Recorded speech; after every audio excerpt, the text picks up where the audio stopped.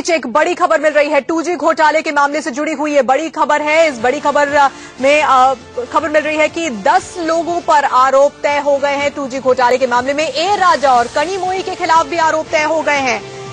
ए राजा और कनिमोई की मुश्किलें अब बढ़ गई हैं क्योंकि उनके खिलाफ 2G मामले में आरोप तय हो गए हैं। कुल मिलाकर 10 लोगों पर आरोप तय किए गए हैं। ये इस वक्त कोर्ट से बड़ी खबर मिल रही है।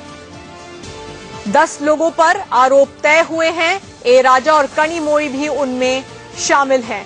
आशीष सिन्हा ज्यादा जानकारी के साथ जुड़ गए हैं। आशीष, ए राजा और कनिमोई की मुश्किलें तो अब काफी बढ़ गई हैं। बिल्कुल, ए राजा और कनिमोई समेत 10 आरोपी हैं इसमें। इसके अलावा 9 कंपनियां हैं, यानी टोटल 19 लोगों के खिलाफ पटियाला हाउस कोर्ट ने आरोप तय कर दिए हैं। तान्या, मैं बता दूं कि अगर इनको दोहराया जाता है तो इसमें मिनिमम सजा 3 साल है और मैक्सिमम सजा 7 साल हो सकती है।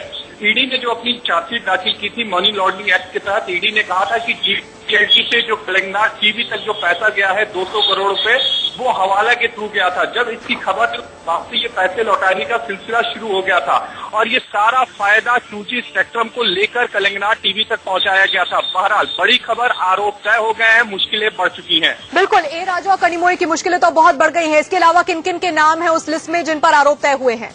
देखिए, ए राजा, कनिमोई, शाहिद बलवा और सनीर बोनारी समेत टोटल 10 आरोपी हैं। इसके अलावा इसमें कनिमोई की अम्मा दयालु अम्मल भी इसमें शामिल है। दयालु अम्मल की तरफ से एक अर्जी दाखिल की गई थी और ये कहा गया था कि उनकी मानसिक हालत ठीक नहीं है, लिहाजा उन्हें इस मामले से अलग रखा जाए, उनके ऊपर ट्रायल ना चलाया जाए। लेकिन निचली अदालत ने उनकी अर्जी को ठुकरा दिया था। बाद में दयालु अम्मल ने देश की सर्वोच्च अदालत का भी दरवाजा खटखटाया था। 2 दिन पहले ही सुप्रीम कोर्ट ने भी उनकी अर्जी को खारिज कर दिया था। यानी टोटल 10 लोगों के खिलाफ और 9 कंपनियों के खिलाफ मनी लॉन्ड्रिंग एक्ट के तहत मामला चलेगा। तान्या, मैं एक बार फिर से बता दूं कि अगर पाया जाता है तो मिनिमम 3 साल की सजा होगी और मैक्सिमम 7 साल की सजा होगी। आशीष, इस केस के बारे में तफसील से हमारे दर्शकों को बताइए। किस किस तरह के आरोप इन लोगों पर हैं जिसमें अब ये आरोप तय भी हो गए हैं कोर्ट में?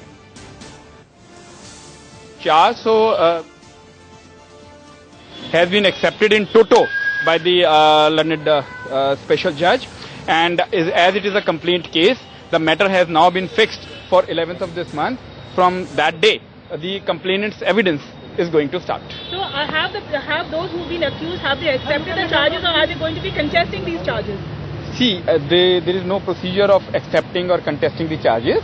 When the court frames charges, the question is asked from the accused whether you plead guilty, yes, no, and all our clients have pleaded not guilty. So now there will be the trial starting, and as a normal case, now there will be a prosecution. It will be starting with this. What about MK Dayalu? She's supposed to be one of the accused. Yeah, MK Dayalu did not appear personally.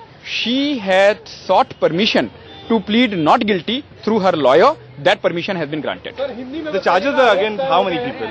How many people? 19 accused persons, 10 individuals, 9 companies.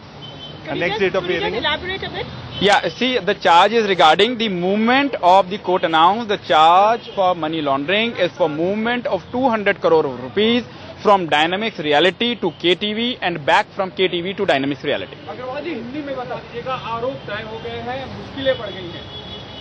मुश्किलें तो नहीं बढ़ी। हाँ।